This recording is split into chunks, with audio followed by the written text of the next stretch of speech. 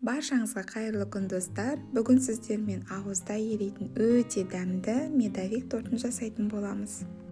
Тортты жасамас бұрын кремін жасап аламыз. Бізге керек заттар сүт, шекер, ұн, жұмыртқа, ванилин, сары май, отқа қойғанға өздеріңізге ыңғайлы ыдыс. Ал бастайық. Жұмыртқаларды ыдысымызға жарып, шекерді салып, венчиктің көмегімен жақсылап араластырамыз.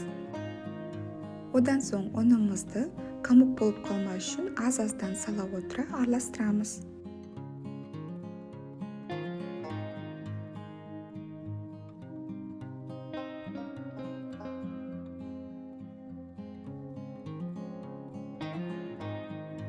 Одан соң ванилин саламыз. Сүтімізді де аз-аздан құя отыра араластырамыз.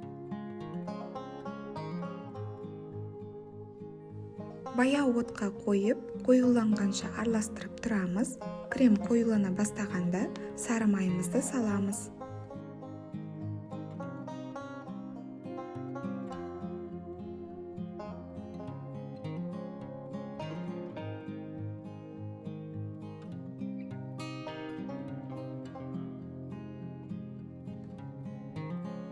Креміміз дайын, суытып қоямыз. Коржымызға керек заттар: жұмыртқа, шекер, бал, сұйық май, ұн, қопсытқыш. Ыдысымызға жұмыртқаны жарып, жақсылап көпіргенше миксерлейтін боламыз.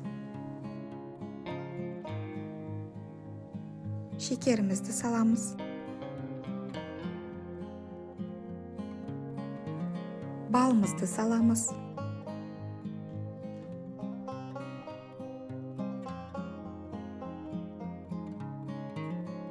Сұйық майымызды құямыз. Ұнымыз бен қопсытқышымызды араластырып, жұмыртқалы массаға аз-аздан сала отырып, миксерлейтін боламыз.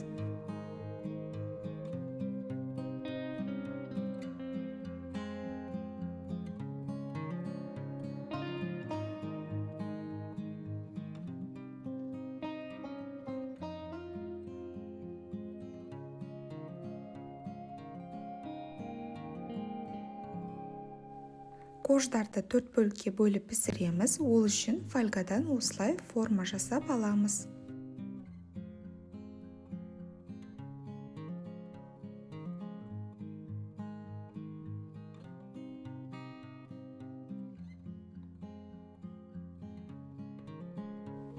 Массамызды теңдей 4 бөлікке бөліп, әрқайсысын 180 градуста 5-10 минуттай қызарғанша пісіріп аламыз.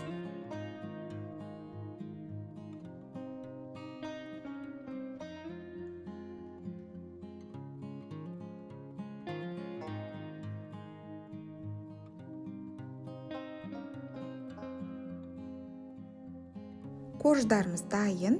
Біркелкі болу үшін кольцоның көмегімен осылай кестім. Дайын болған корждарымызды кольцоның көмегімен жинаймыз. Корждарды кескен кезде қалған қалдықтарын үкітіп, крошка жасап әрлейміз.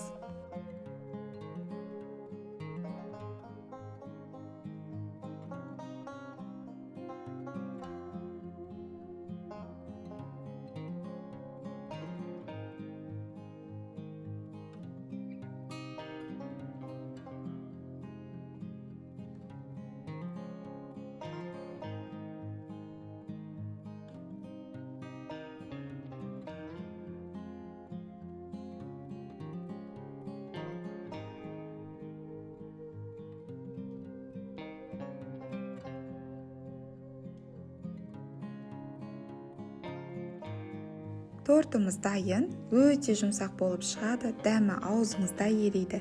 Міндетті түрде осы рецептпен жасап көріңіздер. Сөзсіз сіздерге ұнайды. Сіздермен бірге болған Дина. Каналыма тіркеліп, лайк басып, комментарияға менен қандай рецептер күтетіндеріңізді жаза кетіңіздер.